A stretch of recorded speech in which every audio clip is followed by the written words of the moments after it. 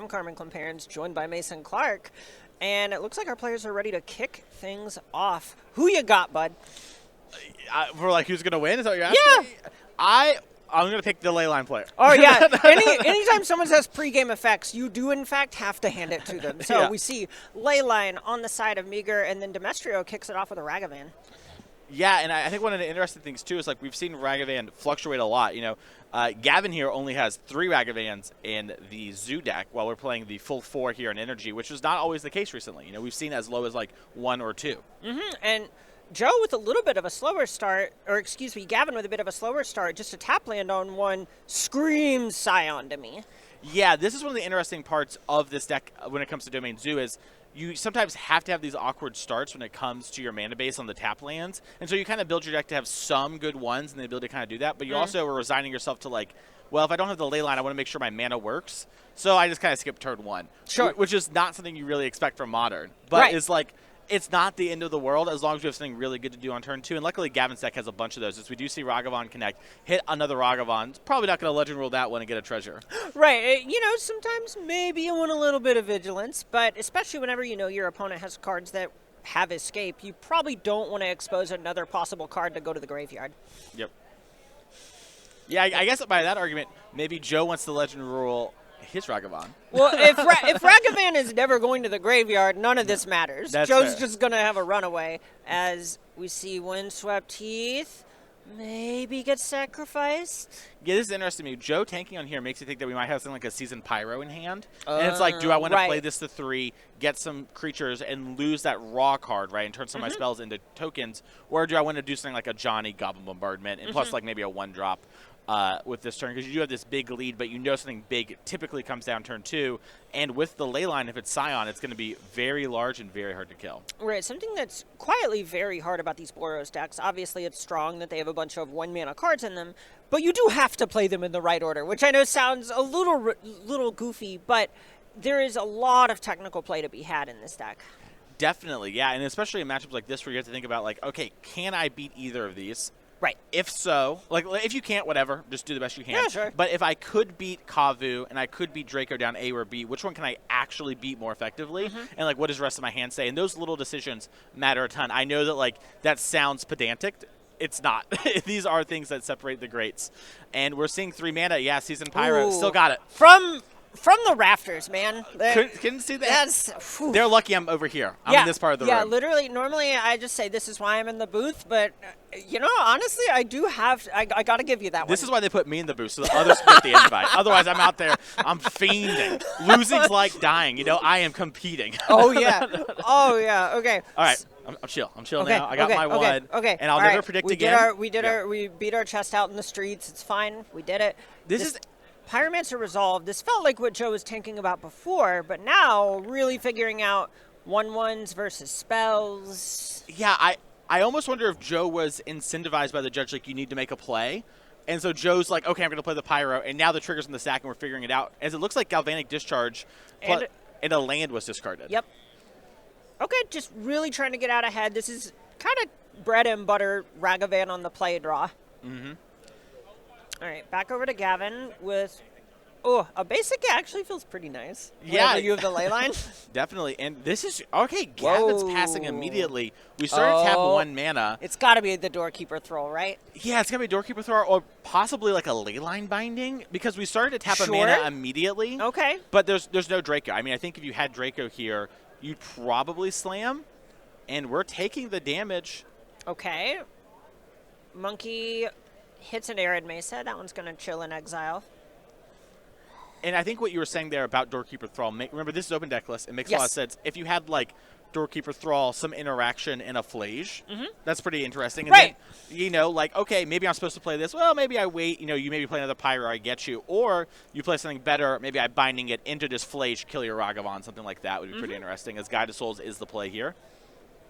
Right, and Doorkeeper Thrall is just both a really strong card in the matchup and not something that Gavin has. We see Ocelot Pride hit the table from Joe, and he successfully gains a life. And an energy. Okay. Interesting. Yeah. Okay, so in step. Okay, no, there's the Doorkeeper Thrall on instep. I think this might be a moment where Gavin's going to play on the Static Prison in particular. Yeah, definitely. We know how good Flage is in the energy mirrors. This just speaks to Gavin having a hand that really leans on Flage. Mm-hmm. You know, there is one Croxa, too. It wouldn't actually be the end of the world if you go, like, Croxa plus Binding this turn. Like, get a 6/6 on the board. No, this is like a big show of discipline from Gavin, where it basically is him saying, I'm not that worried about a 1/1. I really need to just get on the table. Yep. And we are going to see a discard. Look at Joe had one left over, maybe picked off with the Pyro, but...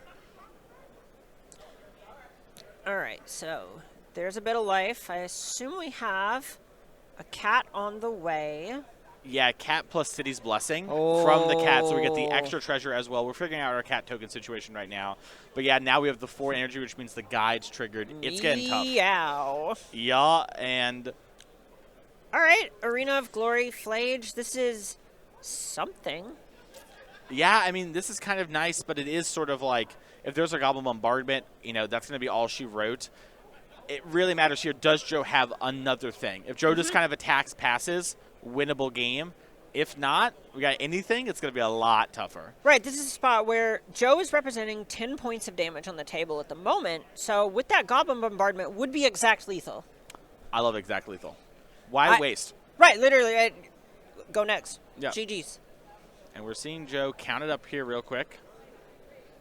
Might also have something like a Flage in hand thinking, okay, do I need to do anything, you know? So we're going to attack. All right, 10 of them. Well, 10 of them assuming someone's soul gets guided into the skies. Yeah, and it does look like Joe's going to do that.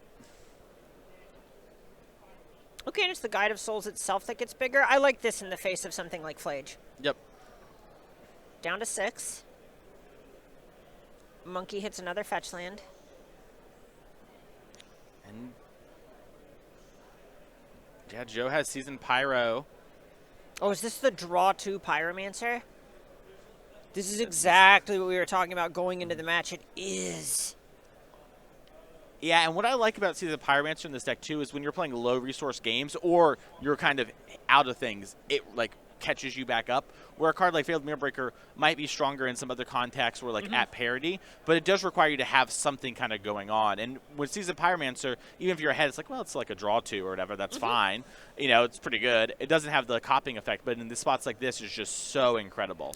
Right, whenever you see Joe eschew cards like Wrath of the Skies, it really just says that he's trying to play to the table. As we see Flage hit the table and the graveyard very quickly, knocking Gavin down to 3. Yeah, and now end of turn we're going to get, you know, cats, treasures. It's going to be the whole... Well, the cat's gone. Oh, the cat, excuse me. Sorry, the cat's gone. Sorry. Yeah. No. Flage stemmed the bleeding a bit on That's that right. front. Yes, but my mistake. Gavin's got a tall hill to climb. Oh, Exerting Arena of Glory. Okay. Scion of Draco. That's not bad. That's not bad. That's some life. Yeah. I mean, honestly, if you had like another land, another Scion here, it would have been like a pretty huge swing. This is not bad at all, though. Yeah, this is pretty close. So we're going to see an attack for 4, all the keywords. Joe falls a bit, and this is just a great blocker. Yeah, I mean, 4/4, first strike, lifelink, hexproof, pretty hard to beat. Right. All right, back to Joe. Picks up another fresh card. I think it's worth noting Joe seems to be about 1 card short of escaping Flage and currently a red mana. So we don't, you know, if we have something like Arena of Glory or like a fetch land, we can maybe get there, but we're a little light at the moment. Fetch land would roll it all up. Okay, and look, you can see Joe sliding the guide up saying, okay, if you block my biggest guy, how bad does this go? Yeah, I'm interested to see, you know, does Gavin want to block here?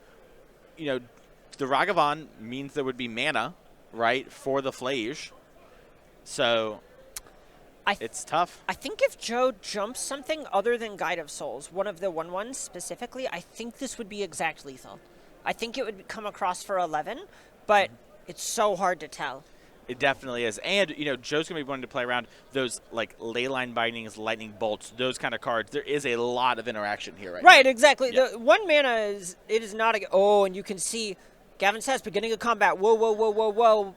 Binding time. Yep, and Binding take care of that. I'm sorry, that Guide of Souls. Excuse me, I've got cats in the brain today apparently, and we're gonna get rid of that, and that's huge. I mean, that was the biggest creature on board and represented that extra 2 points diversified, and Gavin might be able to sort of stall things out here for a turn if Joe doesn't have a way to break through.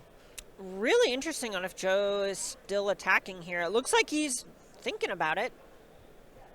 Yeah, I mean, if it looks like Joe currently, if attacks with everything, would get across 3 damage if we block a 2-power thing with a Draco. And that's obviously not quite Lightning Bolt range, but if a creature dies, which is most likely to happen in a world with block 2, then we get Flage maybe with a land. You're priced into putting it in front of the Ragavan. Okay, that's what we see Gavin do. Does take that 3 damage down to 4. Yep. Lifelink basically neutralizes the damage from the Seasoned Pyromancers. Then the 1/1s get their turn. Yep. I do love the technical play there from Joe. I don't know if y'all caught it. We were at 7. First strike damage would go to 11, and then real damage down to 4. Yeah. Okay, here's another Ragavan. Okay. The Arena Glory is exerted, so we can't, unless we have another one, we can't do that sort of Scion play again, which was so pivotal there. I mean, getting that 4 life was huge. Okay, well, how about another 4 life? Gavin up to 8, Joe down to 17. And another Scion. Okay, Joe's got to be pretty thankful this isn't the era of Magic where lifelink stacks. Yeah. Which apparently was an era I just learned. It used to not be keyworded and be a triggered ability. I could Tishani's Tidebinder it. That's true, actually. You could stifle Armadillo Cloak's life gain trigger. Back in the day. Yeah. I remember when they invented lifelink. That's crazy. As we are going to see Joe trying to figure this out. I mean, this is like one of the strengths of the. Yeah, we see a pass back. Whoa. And I sort of thought Joe got out underneath it or it just wouldn't be enough. But we've had enough pieces to sort of bring it together. We have these huge lifelinkers that are just cannot really lose in combat to anything normal. And we're a mana short of getting Flage on the board, which would be our best way to break this parity. And look at this. We're seeing the life totals. The pendulum swings back the other way. Joe goes down to 9. Gavin up to 16 off these Scions. This just shows... It really shows off how Domain Zoo is not looking for the cheapest spells. It's looking for the most bang for your buck as Gavin casts a Flage of his own. Yeah, and taking down the Ragavan up to 19. And now both players on 3 lands with a Flage. Gavin's missing 1 card in Yard as he puts a Flooded Strand on the table that represents the 4th card, so a 5th would be great for him here. Joe does have the escape food for his Flage, missing the 4th land, finds a Goblin Bombardment. That would have been amazing a couple turns ago. It's still good here. Like clockwork, but the clock might be broken. Yeah. We are going to prevent the lifelink here, which is massive, but we've gained so much already for Gavin. Yeah, you can tell on Joe's side the way that things are changing. He's just saying, I need to get in damage while I can, sends everything, sacks the things that the Scions block. 3 tokens, all that Joe has left with this bombardment. Yep. Gavin only has 1 Surveyor land in the deck. Couldn't just, grab a Surveyor land, bin anything to get this Flage. So only 1. We had it early, and we're going to get this Triumph now. But, we mentioned this wasn't bad draw for Joe, but Joe's still in a really bad spot overall. Oh, if Gavin finds a fetch land, it's literally over. True. Okay, did not find the fetch. Did find those 2 Scions chipping in for more damage. Joe down to 1, Gavin up to 1,000,000. Yeah, and Tribal Flames knocking out Joe, and a game that Joe has to be thinking, where did it all go wrong? Yeah, right, that's one of those whenever, as a, we'll say a Sacred Foundry aficionado, one of the ones where you're going, where did I miss a point? Was I supposed to discard another spell to that Seasoned Pyromancer on turn 2? It's so hard as we take a look at the sideboards. I don't think there's that much for Joe to bring in here, but what, do you go to Molten Rain? Yeah, so Wear Tear, I mentioned it before, it is a way to kill something like a Binding and a Draco if there isn't the Leyline of the Guild Pack, right? And even just getting the Leyline, and that game would have been huge, right? Sure. No lifelink, no first strike, just no hexproof. We don't, maybe Joe had a kill spell in hand. So that can be pretty huge. We also have the Thraben Charms. in the main deck is something that can work with this. So, like, we have some other things that can kill enchantments. So Okay. I think we still kind of want this. And we have March of Otherworldly Light as another sort of enchantment removal thing. And I think that's kind of where we're going. We're I doing actually stuff think like that. Celestial Purge might be really nice, right? Leyline makes all of your cards have a bunch of different colors. And at the end of the day, it goes after Kavu and Flage. Yeah, exactly. Yeah, it hits those things. And, even if there's the Leyline Draco again, once again, just removing the Leyline part of that can be enough in a lot of game states. I mean, even in the first turn, right? If, like, we say we got into one turn with the Dracos, right? And then we removed on the next turn, it might have been a winnable game there with the bombardment. So I think that's what we're going to see. Obviously, it depends on how Joe wants to play the games. Maybe he doesn't want all those effects. I imagine he does, but it really depends on his sideboarding plans there. All right, well, Gavin has more 21-12s than an old Rush track. All these 2s and 1s in the sideboard. It was a reach, not my best work. Please get me out of this by talking through the sideboard. Yeah, so I mean, we have a couple, we can have Rough Devil to pick up a couple things. We might even have like our own sort of March of Otherworldly Lights come in as a way to pick off some of these 1-mana cards. Just having more removal. Tribal Flame's great way to like push a lot of damage and answer some of the big stuff, but March does that a little bit too, and does it at instant speed, kind of depends on how you want to play it. Surge of Salvation is something you could bring in to sort of give yourself hexproof, stop a discharge. A little ambitious, but I don't know exactly how much Gavin wants to have some of these cards in the main deck. Like, for example, we have a main deck Consign. That's something that's like... That's when it's hitting the showers immediately. Yeah, and it's like, it's good enough in play it, but you just want to turn it into something. But I think one of the benefits of playing Zoo is like, you theoretically have a really good energy matchup, given what we just saw. I mean, I don't want to, mix words. Gavin looked to be dead there for the first 3 turns. Yeah. It looked really bad, yeah. But he pulled it out, and he knew his deck could do this, kept a hand that facilitated a winning image, executed on that image really well, and knew, like, hey, I can win this matchup if I have these pieces. And I think, we don't need a ton to make this work out for us. Right. This is also a matchup where I think play-draw dynamics can end up coming into play a lot. Ragavan, for example, is something that we saw do great work on the play. But on the draw, and especially against Boros Energy, I assume Gavin's not really trying to keep Ragavans in and is probably going to be looking to just kind of configure his reactive package. Definitely. All right. Well, if you want to learn even more about upcoming events, you should subscribe to the SCG newsletter. Yeah, you can go to StarCityGames.com and sign up for this newsletter. That way you know about all the new releases, deals going on, etc., and all the other events. It's a great way to keep informed. You go to StarCityGames.com/newsletter. Sign up for that now. Oh, yeah. You can pre-order your Tarkir Dragonstorm. Got upcoming events. We've got sales all the time. It's nice. And, I've already got some rants bottled up for Tarkir Dragonstorm. We'll come back to it.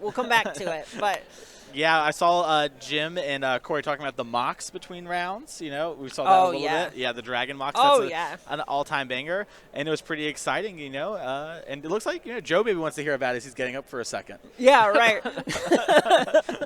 All right, so they also were talking about the 3-mana Siege Rhino. Yes. So these are the Abzan colors.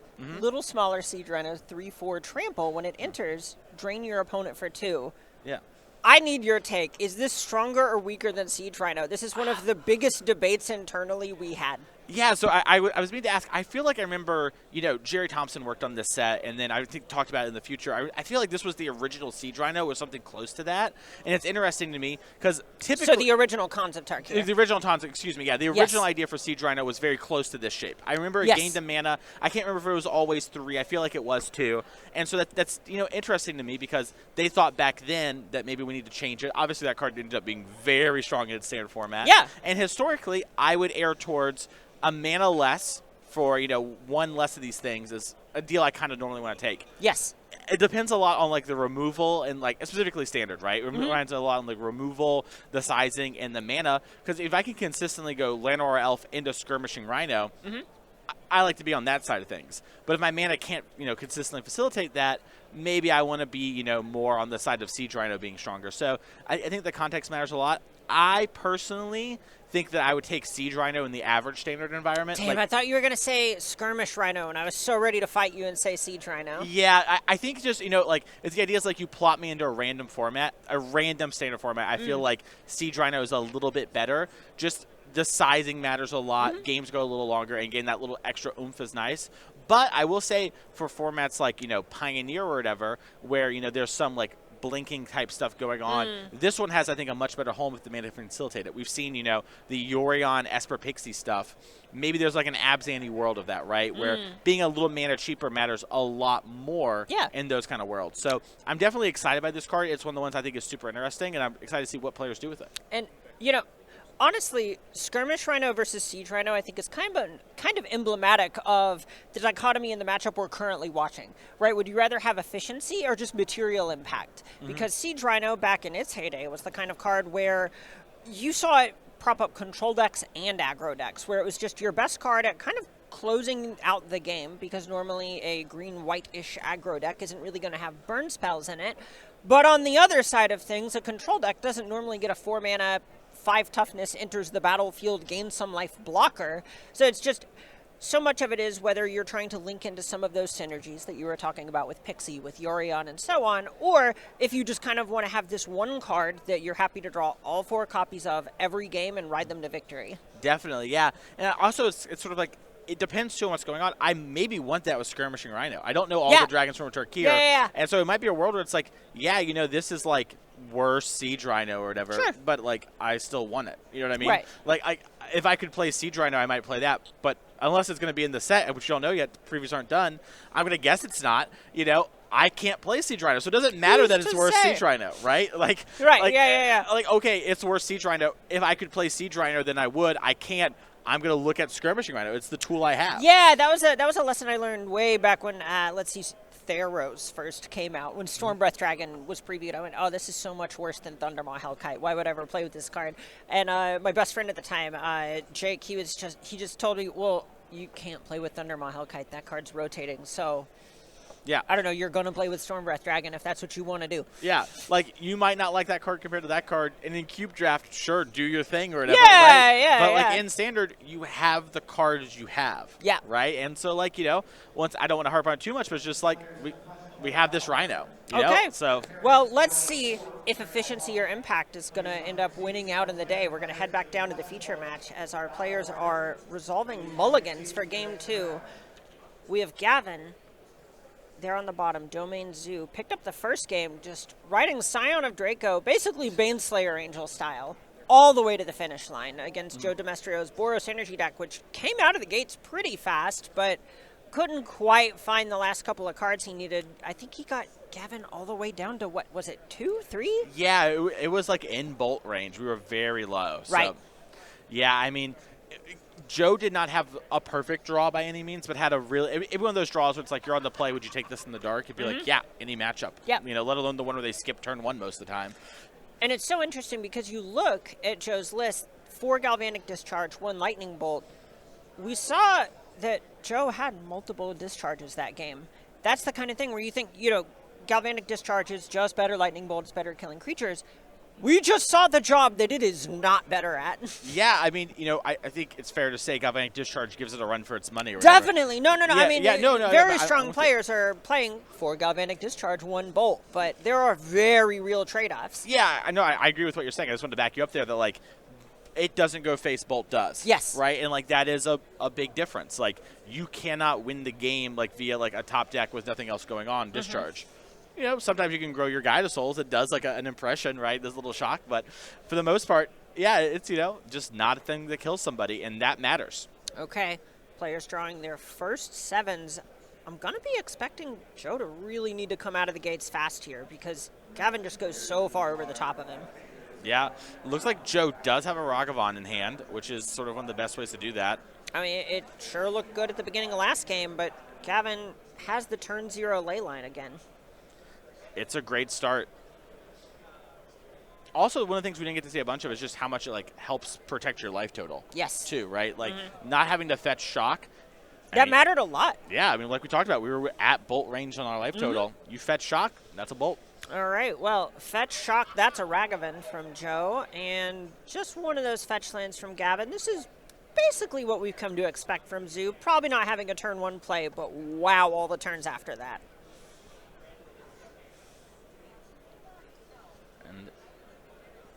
We can see what will Joe be able to do. And also, if Gavin has a leyline mining, will he want to use it? Oop. And it looks like we have Lightning Bolt. Speak of the devil. Bolt him.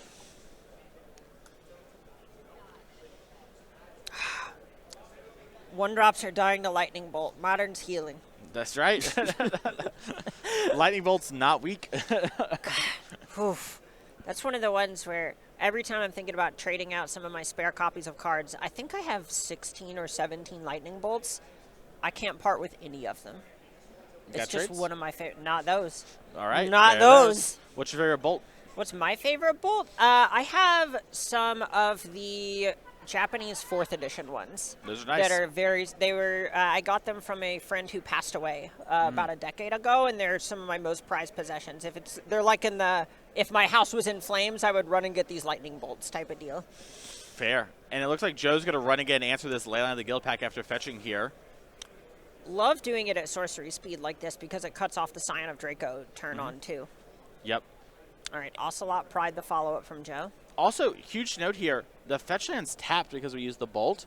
And so it'd be pretty easy for Gavin here to maybe, if this was untapped, fetch like the Triome or something, get the right land, play my Scion. You know, it's only a 4/4 go. But now it's just going to be very hard. You just can't get a Scion into play this turn. Right, we can see that Gavin's mana base is set up in such a way that the dream fetch configuration is get into the Triome and to get Steam Vents, boom, you have Domain. Or get Thundering Falls on 2 if you have a slower draw and get that little bit of surveil value.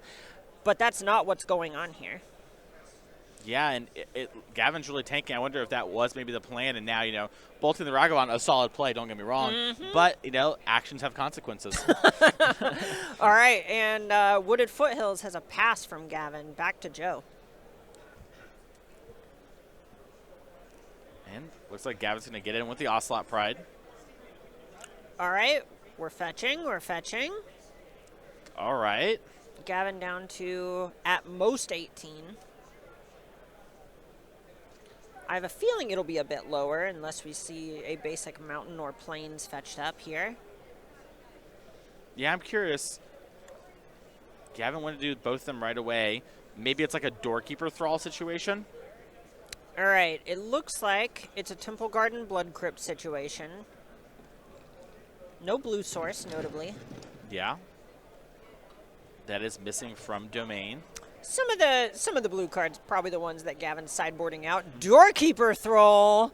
Yeah. Ooh. All right, and I mean, it's time to see, does Joe have an answer to this, or is it going to block the Pride? Looks like we do have a Galvanic Discharge. Okay. And I think if you're in Gavin's seat, this is a deviation from what we saw at Game 1. I would guess it is on the back of Gavin suspecting that some of Joe's removal was sideboarded out after how Game 1 went. Definitely. All right, Guide of Souls, the follow-up from Joe. Cat on the instep, back over to Gavin.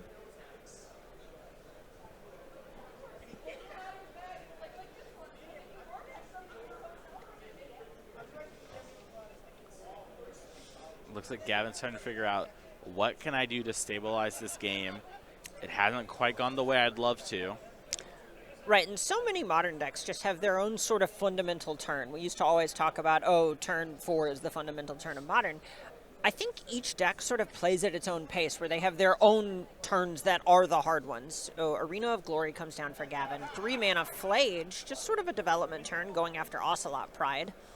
Yeah, it looks like that's what Gavin was tanking on. Do I kill the Pride, or do I kill the Guide of Souls? And take a look at that graveyard. 5 cards and Arena of Glory in play for Gavin. I feel like if you play the Arena of Glory this turn, maybe Gavin's missing the 4th land. Yeah, I definitely typically want to hide that sort of thing, right? Like, you don't want your opponent to know that a Flage just hastening coming back.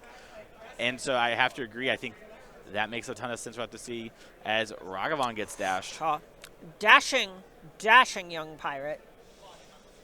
And that's going to be the 3rd energy for Guide of Souls. And it looks like we're just double-checking where we want to put it. Putting on Guide makes it so, you know, Flage has to shoot both there if you want to kill it. Survives Rough Tumble as well. That's a rough one. I tried to figure out how to get a tumble joke in there. I didn't quite get it. But Joe did get 6 points of damage and exile a Leyline of the Guild Pact and just passed back. I mean, if you're Gavin, you're actually really happy to see that Leyline get exiled. Yeah. I was processing in real time, like, that's good, right? Yeah. Right, you just go, oh, Okay, thanks. That was basically me getting a free loot. Yeah. From the creators of Scry and Surveil comes this same thing, but it exiles, I guess? Oh, I thought you meant loot the Magic character. My favorite. Of course, of course. Any loots this weekend, do you think? I've seen, I mean, there are people playing Vintage, and I've seen loot showing up in Oathless, which is pretty cool. Draw 3. Why would I settle for 1 Ancestral Recall? Yeah, Ancestral's restricted. I can get more. Hey, all right. 2 mana Tribal Flames, probably going after Guide of Souls. Yeah, I mean, it only does 4 right now, but that's all it needs to do. Good number. Yep, all right, there goes Guide of Souls. And in a lot of ways, this is a spot where Domain Zoo is the control. Yeah, definitely. I mean, you know, who's the beatdown? Not me right now. Right. I'll turn into it pretty quick if I find a Plains, though. Right, exactly. Yeah. And we're seeing Joe here down to about 2 to 3 cards in hand, low resources, and very easily could have, you know, maybe 1 3-drop in hand, maybe 2, and has this treasure that can allow us to play it, but we want to make sure we're using it at the right time. All right. 1 mana for a Guide of Souls. Crack the treasure, tap the Sacred Foundry, dash the Ragavan again, get an energy, get a life, go to combat, attack for 3. Yep, hit Gavin. All right. The treasure's back. The top card from Gavin. Just a Flooded Strand. Oh. And Gavin's down to 7. It started... Flage is great, but... this is getting dicey, I think. I mean, if Flage comes down hasted right now and doesn't get, like, immediately answered, yes, it will stabilize us. We will win the game. But that Floodstream was one of our best ways to get there. Right. We do have Plains in our deck, and losing it there is sort of huge, as here's a Territorial Kavu. Not bad. Okay, Joe has some work to do to be able to check this. Yeah, I mean, it's a 4/4. It also will get to, like, loot in a second, or excuse me, rummage. So, you know, that can help us maybe find the lane, even if it isn't a hasted Flage, get a little stabilization. But now Joe also has the moment of, well, if I can double creature, I can jump one of these things. And we know Ragavan's in the hand. Yeah, I mean, that's a great way to sort of make energy, even if you don't do much. Just be like, play this dash, pick it up for next turn, assuming it's your one thing. Looks like Joe does have a bombardment in hand, too, though. All right. In the words of Jonathan Bon Jovi, we're halfway there. Okay, I get that one. Oh, you see, you had to be there, I guess. Is that a Bon Jovi song? It is a Bon Jovi song, Living on a Prayer. Oh, halfway there. Okay. Yeah, Living in a Pair or something like that. I'm more of a classical music kind of guy. Yeah, no, for sure, for Yeah. sure. Yeah. Okay. It looks like Joe is going, well, if I'm not casting Ragavan, what am I doing? Yeah, and another thing to note, one of Joe's cards in hand is the Wear Tear. You know, it looks like they all came in. And so now we don't have anything here from Gavin. Obviously, as the game goes on, it's very likely that could come up being good. But it's one of those awkward things that we've seen with Breach a lot this weekend. Sometimes you bring in these cards hoping they line up, and they just don't line up, and they get stuck in your hand and eating a turn. Sure. So, like, maybe the other thing he's thinking about is cast Bombardment, go, or cast Ragavan, go? Yeah, I think the idea is, I think that's what Joe's thinking about is, like, do I cast Ragavan? Do I cast Ragavan Bombardment? Do I just cast Ragavan Bombardment? Or do I dash it and not even attack? Because I think that's what we're doing here is we're making sure, like, this looks kind of crazy, but it's right? Is that I think there might be a Galvanic Discharge in Joe's hand, which would be huge here. That would be massive, yeah. I mean, if you can get the trigger from the guide up to 2, you'll have a little extra, and then your discharge clears up the Kavu. All right. Up to 21 life. And now Joe's figuring out. Yeah. Do I attack and check this Kavu, or do I keep trying to fade lands? In a lot of ways, Gavin's in one of the best positions in Magic when you're a tournament player, when spells are good and lands are good. Yeah, great spot to be in. I think the only bad draw is like Indatha Triumph. I mean, of the white lands, is Indatha Triumph. Sure, yeah. Yeah, that's like the one way it can go sort of awry. Draw Leyline Binding. Yeah. I kind of like Joe pushing here, by the way, just because it makes Fetch Shock not a line. If we Oh. So it forces it to be like a white fetch for the plains. Okay. It can't be an off-color fetch, which most of the fetches are white. But there are wooded foothills. You're totally right. Yeah, it's small, but it's like that matters. Yeah. Those are literally the margins that these games are made or broken in. Yep. All right, so here's the discharge. You called it. Yeah, I wonder too if Joe's maybe thinking about not using all the energy. Because, look, he's thinking about this right now. You could leave some you in the could tank. jump something instead of actually killing the Kavu. Yeah, like if you put 2 on the Kavu and then you jump, that makes it so Ragavan trades if you do that. Okay, so we don't want to do that. But that was an option. You know, if you put 2 on it and then you jump your Guide of Souls. God, okay. That would have been pretty impressive and also put you to 2 in that world if you block that one way. Search of Salvation, a card we didn't really want if we didn't have it now. All right. And it's basically the most literal sense, do or die for Gavin. This is the card. This is the draw. And he didn't slam a fetch land. Yeah. And it's like now Gavin maybe can do something like play another Kavu. Because remember, Gavin doesn't know we know that there's a bombardment in hand. Right. So Gavin doesn't understand. I should say understand, pardon me. Doesn't know that it's wrapped up. Oh, right? that's He might a have pass. a bolt. So we'll have to see. I mean, Joe is in the unenviable position of having lethal a couple different ways. Okay, well, Marsh Flats from Joe, Bombardment from Joe.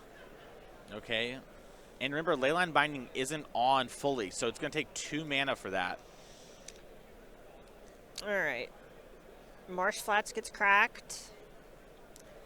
Probably just a Sacred Foundry. I don't think Joe's life total's that pressed here. And Gavin's saying, you know what, I only get 1 life, and I'm not going to spend any more time on this game. Yep, and we're going to move on to game number 3. Wild game there. Gavin sort of just on the edge of stabilizing, but Joe able to close it out, played very tight, and, rewarded there. Right, it really speaks to the tension in a lot of these games where there's a very clear narrative of Joe trying to kill Gavin before Gavin is able to stabilize, get some sort of unbeatable threat on the table, but it also says that at the end of the day, this Zoo deck does kind of need a specific combination of cards for it to break a certain way. Definitely. And I think that, we're seeing, game 1, the raw power that Zoo can bring. And it's like, okay, I do this plus this. I don't even have it on curve. We're talking turn 4. It's enough. But, like you're saying, sometimes it doesn't come together, and we see just how one little sort of, domino falling over has massive implications. I think Gavin made the right play bolting the Ragavan, but having that wear tear to get there threw the entire game off, forced the fetch shock, made everything awkward, and it all mattered a lot. All right, well, you know who's helping keep Tabletop Magic alive this weekend? That is Beckett and Dragon Shield. Huge shout out to them, some of the best sleeves in the business. They're sponsoring the whole weekend. They're the reason this is possible. Yeah, a huge thank you to them. I mean, if you've been around playing Tournament Magic for a long time, you know Dragon Shield, one of the marquee sleeves. And what I love about them, too, is they have all these different types of sleeves now, right? From plain colors to art to, these different things. They just have a wide range of things that you can get. And I think it's super cool that you get to express yourself. Like, I had these, Batman sleeves that they did a special thing of for a while from the release of the newest Batman movie. And they were just so cool. It was just like, this is a really dope thing, and it's awesome that they get to do that kind of stuff and also help us bring you Paper Magic. Yeah, right. Huge shout out to them. I know I personally have a ton of the same art sleeves. I have the Poppy Fields that's kind of a play on the Manet thing, the Manet painting, rather. My cube is sleeved in them this weekend. Mason's been ribbing me about it literally every night in the hotel lobby. Well, I just love to see that you support the people that support Paper Magic, because that's what it's all about. Quite literally. I know, we're laughing about it, but this is huge. This is awesome. Shout out to them.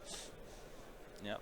And it looks like the players did sideboard change a little bit. I don't know. It might be a situation where, put a couple in, take those out exactly, make sure. But it does look like Gavin, at least Gavin, was double-checking how we wanted to sideboard and moving some cards around. Right, and I think some of this speaks to that play-draw dynamic that we were touching on going into Game 2. Do you think much is really going to change here? That he's just making sure his I's are dotted, T's are crossed, etc.? Yeah, to me that I would guess that's much more of just like a habit thing, or there's some small play draw thing that we like to do. Like maybe we want to have an extra Doorkeeper Thrall, where like the Crocs is not good enough on the draw, but I kind of like it on the play. Something small like that, I could see double checking it too. Like, okay, did I see anything that surprised me? There was a bunch of discharges, like you said. Maybe I thought those were going to go, so I sideboarded out this card. I'll sideboard it back in. Well, that last game, it was actually pretty interesting. I don't know if Surge of Salvation looked very good. There was a point where obviously Gavin was in dire straits at that point, but there didn't really look like there would have been a point it would have been that strong here. Maybe kind of reconsidering if this is the matchup for it. Yeah, totally. That could definitely be something. I mean, the one spot it would have been part of the problem was like the mana there too. Like we were stuck on like specific lands, and so like had we been able to use it to protect our Kavu, would have been a great spot.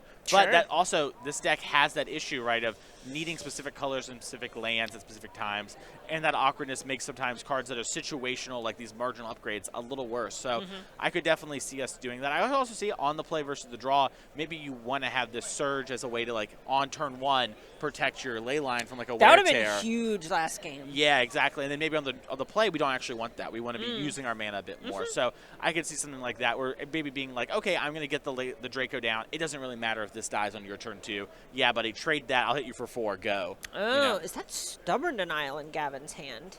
Okay. It might be. I mean, Goblin Bombardment is one of the best ways to check lifelink. So having a strong proactive check for, or not proactive, but reliable check for that makes some sense to me. Yeah. And it looks like Gavin is keeping now. I'm curious, was that my turn 1 land, or was that my and we had the ley line It was again? a turn 0, not land, but you know. Pre-game action. Yeah, I have pre-game effects. Thank you. All right, Wooded Foothills. And it looks like Joe's hand's a little land heavy, but does have Flage and Wear Tear. And we mentioned this before, you know, I'm curious, you know, if Gavin gets down a Draco, does he even mind if the ley line goes? Okay, so I think this is an upkeep copy of Wear. You can kind of see the motions of the hand saying, go, but wait. Fetch Shock, Sacred Foundry, Stubborn Denial. Yeah, and this is good. You know, like we said, this card protects some stuff, but also Force Spike mode's pretty reasonable It's here. nicer on the play. This it would totally make sense to me if this was the swerve that we're seeing here. Oh, sure, like Surge of Salvation on the draw, this on the play. Or, yeah, exactly. It's just any sort of Force Spike effect is so much better when you're up a land instead of down. That's a spot where Gavin can actually afford to hold up the mana instead of having to play that super reactive game we saw in games 1 and 2. Yep. Ocelot Pride, the play from Joe. I think that was the last hidden card in the opening hand. Yeah, I think so as well. All right, so look at this in-step fetch from Gavin, realizing, okay, what are the ways I lose this game?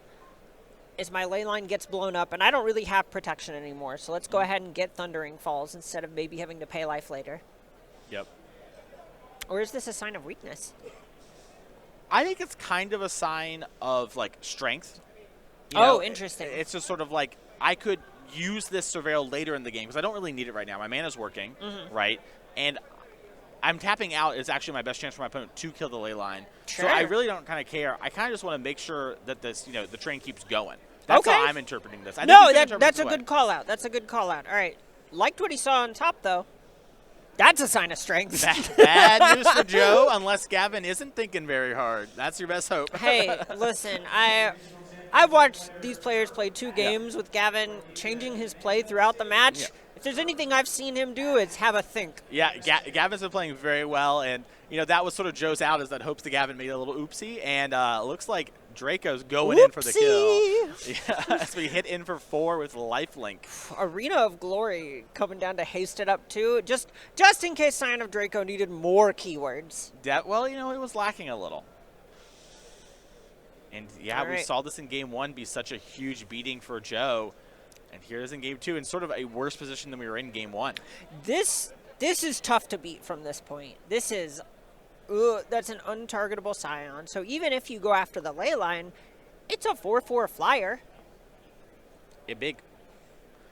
I mean, your best hope is to like somehow answer the ley line, get the Draco to like trade, like hit the Pride, whatever. They both have first strike, and then you like play a Flage or like a Galvanic Discharge, kill the Draco. But I mean, listen, what I'm talking about. I'm talking about 3 for 2ing ourselves, right? To get this off the board.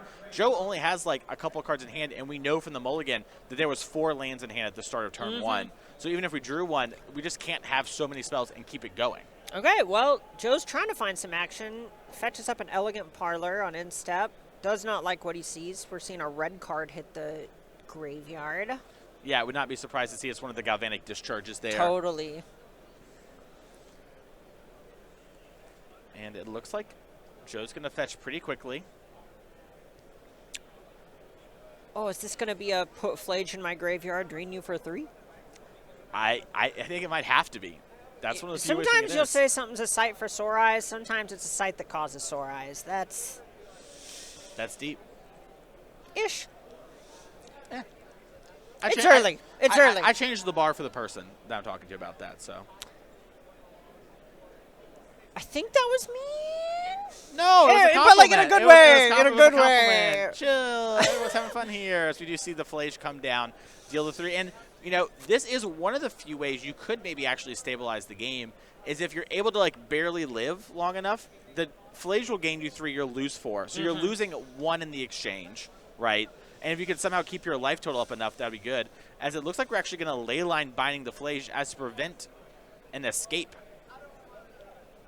Okay, sure, that makes sense. I mean, Flage is ostensibly one of the ways that Joe can go over the top of what Gavin is doing here. We see a bunch of cards in Joe's graveyard. An Arena of Glory could do a lot. Yeah, I mean, I think this also probably speaks that Gavin maybe wants to use all the mana next turn, right? Gavin's like, I know next turn I'm down 1 land from the exerted one. Sure. I want to play something, right? Sure. And I don't want to hold up this leyline binding. So even though this is a little awkward, it isn't the end of the world. Yeah, or, you know, especially if he's, say, flush on reactive stuff, like we saw in Game 2, just kind of trying to pare down both players' resources makes a lot of sense. Yep. And it looks like players are just making sure they have the right life totals with one another. Lot of draining and gaining. Yep. Yeah, a lot of deal something, gain something going on. Right. This definitely does not look like a game where one player's at 20 and one is at 14. 100%. As we do see Ocelot Pride, you did gain life from the Flage trigger, so we get a cat. All right. All right. Arena was exerted last turn, so it's going to stay tapped. I'm such a sucker for the half D sleeve to mark cards. Do it with exerting, did it with embalming, just... I don't know. I love just the stylish stuff like that. The flair you'll see of players playing tabletop Magic. Yeah. And maybe a depressing sign for Joe. Gavin was tanking on the upkeep because it's so many good cards and forgot to draw for turn. A tough place to be. All right, remember to hit for 4. Yeah. Believe we're sitting at Gavin at 24, Joe at 10? I think that sounds right to All me. right. The Flage makes it hard to tell, but yep. Yeah, players' updated life totals, we're caught up. And this is interesting to me. You know, we talked last turn, maybe the idea behind Gavin was just trying to pare things down, use resources efficiently, but didn't have a ton to do on this turn. Okay, so fetching with Wooded Foothills, I'm going to guess this is in Dotha Triumph. Just trying to say, hey, you know, if my Leyline Binding gets got, it needs to not be the end of the world. Yep. Yeah, I mean, one of the way you probably lose this game is the binding going away, right? And you also just don't even really, like, you're kind of okay having a little bit of extra mana right now, so it's fine. Lord knows he's got the life to spare. True. All right, untap. Little Drosky Poo. It looks like maybe Gavin just has a hand, like you were saying, that is just all, you know, things that say nope. I as a slippery bogle glistener alpha aficionado, I love a protect the queen strategy. Nice. As we're gonna see Flage come down. For Gavin this time. That's true. Arena of Glory on the table. That's a scary one if you're in Joe's seat.